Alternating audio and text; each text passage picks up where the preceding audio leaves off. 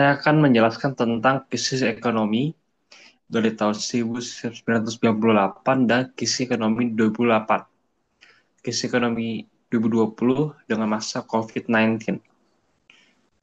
Di bawah ini akan saya menjelaskan tentang krisis ekonomi tahun 1998 dengan krisis moneter Asia, terutama Indonesia. Satu, pertumbuhan tinggi dan utang luar negeri meningkat. Pada awal 1990-an, Indonesia mengalami pertumbuhan ekonomi yang pesat. Banyak perusahaan swasta mengambil pinjaman luar negeri dalam bentuk dolar AS. Karena suku bunga yang lebih rendah dan kemudahan akses, namun pinjaman ini tidak disertai dengan perlindungan nilai tukar atau hedging, membuat ekonomi sangat rentan terhadap gejolak eksternal. Dua, ketergantungan pada dolar AS tanpa dilindung nilai hedging. Perusahaan-perusahaan Indonesia meminjam dalam dolar, namun pendapatan mereka dalam rupiah. Akibatnya, jika terjadi depresiasi rupiah terhadap dolar, beban utang mereka meningkat tajam. Ketergantungan terhadap dolar AS menjadi ancaman serius saat tekanan mulai datang dari luar. Tiga, guncangan spekulasi terhadap Thailand menular ke Asia. Krisis dimulai dari Thailand pada pertengahan 1997 saat baht diserang spekulan. Ketika mata uang Thailand depresiasi pasar, keuangan mulai kehilangan kepercayaan terhadap mata uang negara-negara Asia lainnya, termasuk rupiah. Ini menciptakan efek domino ke seluruh kawasan termasuk Indonesia.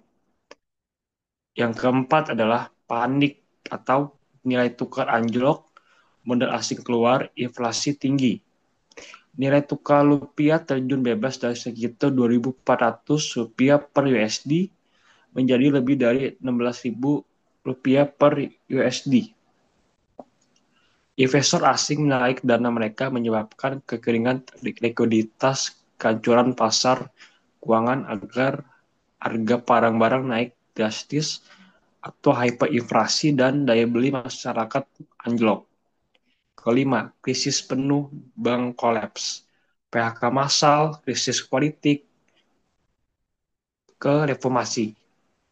Banyak bank dan perusahaan bangkrut. Krisis ini memicu kerusakan sosial dan pergolakan politik termasuk turunnya Presiden Soeharto. Pemerintah Indonesia akhirnya meminta bantuan dari IMF dan melakukan reformasi besar-besaran di sektor ekonomi dan perbankan. Pemulihan lambat plus IMF masuk. Pemulihan ekonomi Indonesia berjalan sangat lambat karena pola restrukturisasi besar-besaran dalam sistem keuangan, pengurangan subsidi, dan reformasi struktural. Bantuan IMF datang dengan syarat ketat dan rakyat harus menghadapi dampak sosial ekonomi selama beberapa tahun. Yang kedua itu adalah krisis ekonomi 2008, subprime mortgage krisis AS. Yang nomor satu itu adalah kredit properti besar-besaran di AS atau KPS subprime. Sejak awal 2000-an, Bank di AS dengan agresif memberikan pinjaman rumah atau KPR kepada masyarakat berpendapatan rendah dan berisiko tinggi, yang disebut subprime mortgage. Hal ini menciptakan pertumbuhan semu di pasar properti dan konsumsi masyarakat.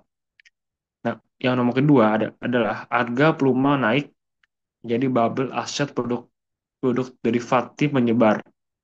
Permintaan rumah meningkat pesat menyebabkan harga properti melonjak dan berbentuk bubble.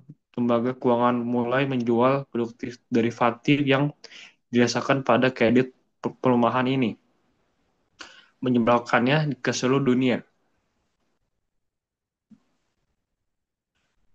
Goncangan nomor tiga tuh goncangan debitur gagal bayar, harga properti jatuh, banyak debitur mulai gagal membayar cicilan, harga rumah mulai turun dari bubble meledak, Akibatnya nilai dari produk derivatif yang tersebar di seluruh dunia juga anjlok, menyebabkan krisis keuangan global.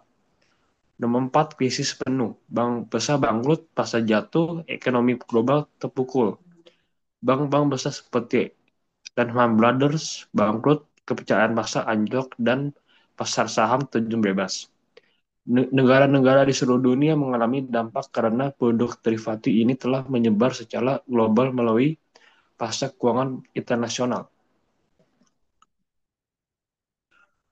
Nomor 5, bailout besar-besaran dan intervensi pemerintah. Pemerintah AS dan negara-negara lain melakukan bailout besar-besaran terhadap bank dan lembaga keuangan untuk mencegah kehancuran sistem keuangan global. Bank sentral menurunkan suku bunga dan menyuntikkan likuiditas ke pasar. Nomor 6, pemulihan reformasi sistem keuangan dan pengawasan ketat.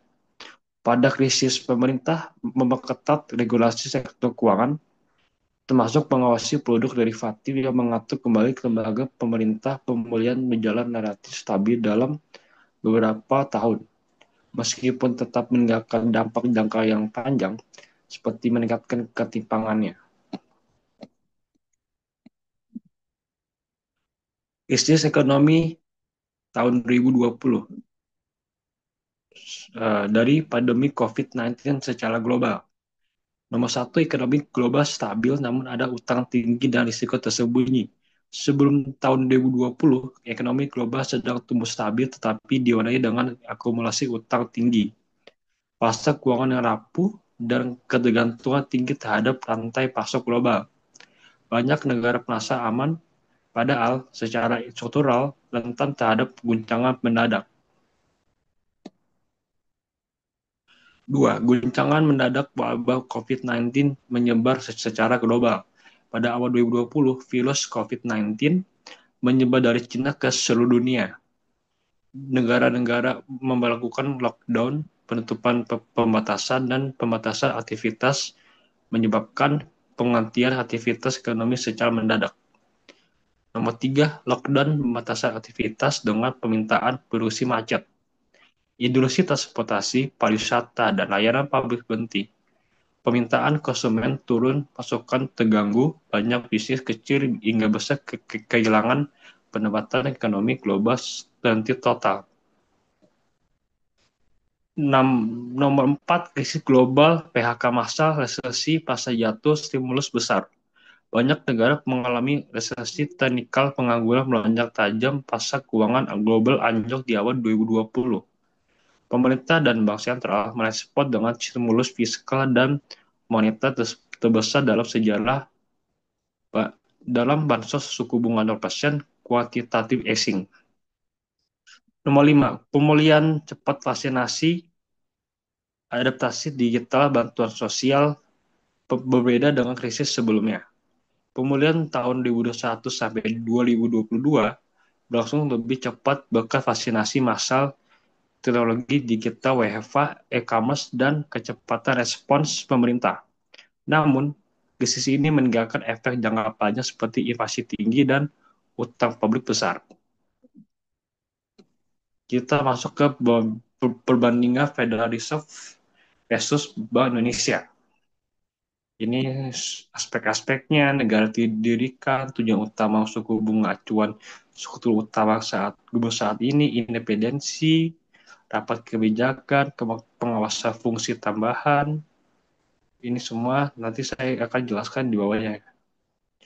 Negara, Bank Sentral Amerika Serikat dengan Federal Reserve atau The Fed memiliki otoritas untuk mengatur kebijakan moneter dan negara bagian tersebut dalam sistem ekonomi global. Dan keputusan dibuat oleh The Fed seringkali berdampak luas pada negara lain, termasuk pada keuangan internasional.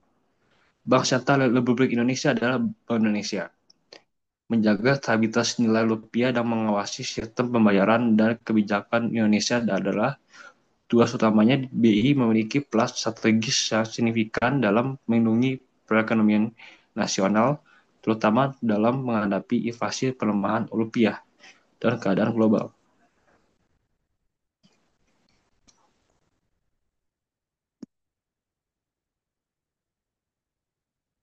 didirikan setelah krisis keuangan tahun 1907.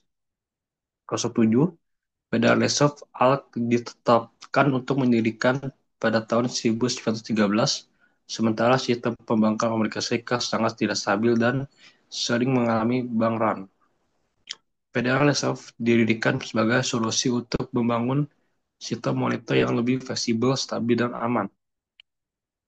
Mengambil alih fungsi bank kolonial Belanda, The Javasche Bank, Bank Indonesia didirikan pada tahun 1993.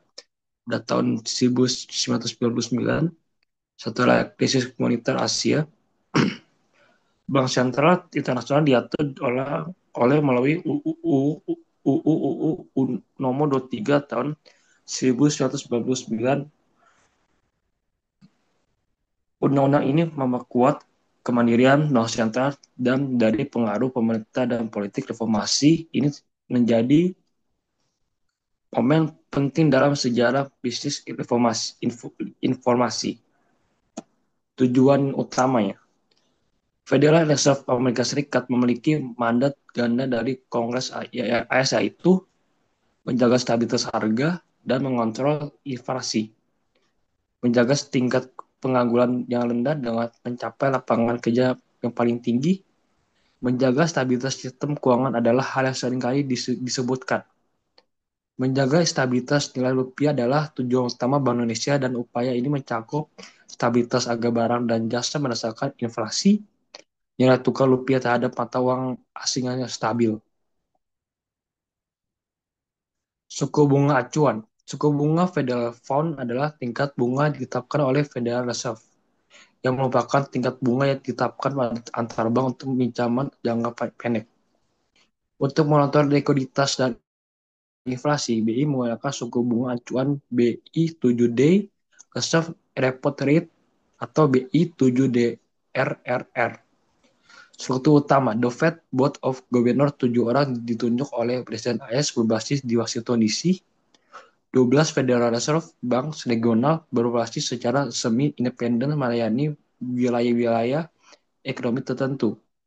FOMC, Federal Open Market Committee.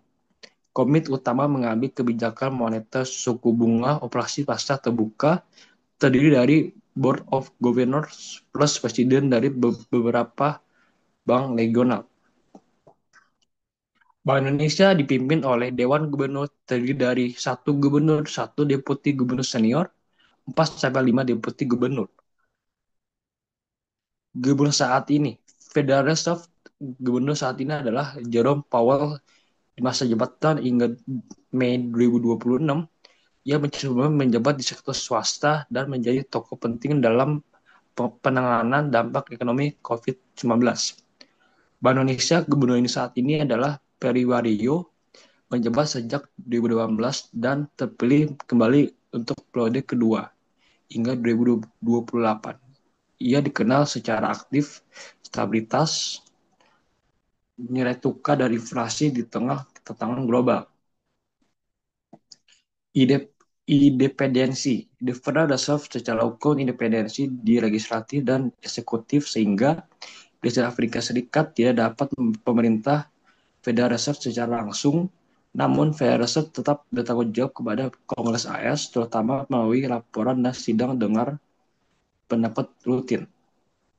Bank Indonesia juga independen dari pemerintah pusat dan tidak tunduk pada presiden atau menteri keuangan. Namun dalam hal laporan kebijakan moneter dan pengendalian inflasi, BI bertanggung jawab kepada DPR RI.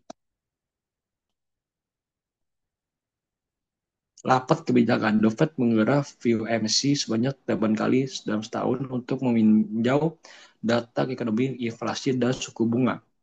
Banyak Indonesia menggelar rapat Dewan Gubernur RDG setiap bulan untuk menetapkan arah kebijakan moneter termasuk pengumuman suku bunga BI 7D RRR. Pengawasan bank. The Fed memiliki fungsi pengawasan dan regulasi terhadap lembaga keuangan di AS, termasuk bank komersial besar. Bank Indonesia tidak lagi mengawasi bank secara langsung sejak dibentuknya Otoritas Jasa Keuangan (OJK) pada tahun 2011. Fungsi pengawasan dipindahkan untuk memperkuat pengawasan independen lintas sektor keuangan. Fungsi tambahan, The Fed memiliki lender of the last resort, yaitu memberikan pinjaman darurat kepada bank yang mengalami kesulitan likuiditas. Pengelola berbagai fasilitas keuangan saat krisis, misalnya quantitative easing atau QE, repo, dan pembelian obligasi. Bank Indonesia berperan dalam menjaga stabilitas sistem keuangan nasional melalui koordinasi daerah dengan OJK dan RPS. Di masa krisis seperti COVID-19, BI juga menjalankan kebijakan luar biasa seperti burden sharing pemberian SBS secara langsung untuk menjaga stabilitas ekonomi nasional.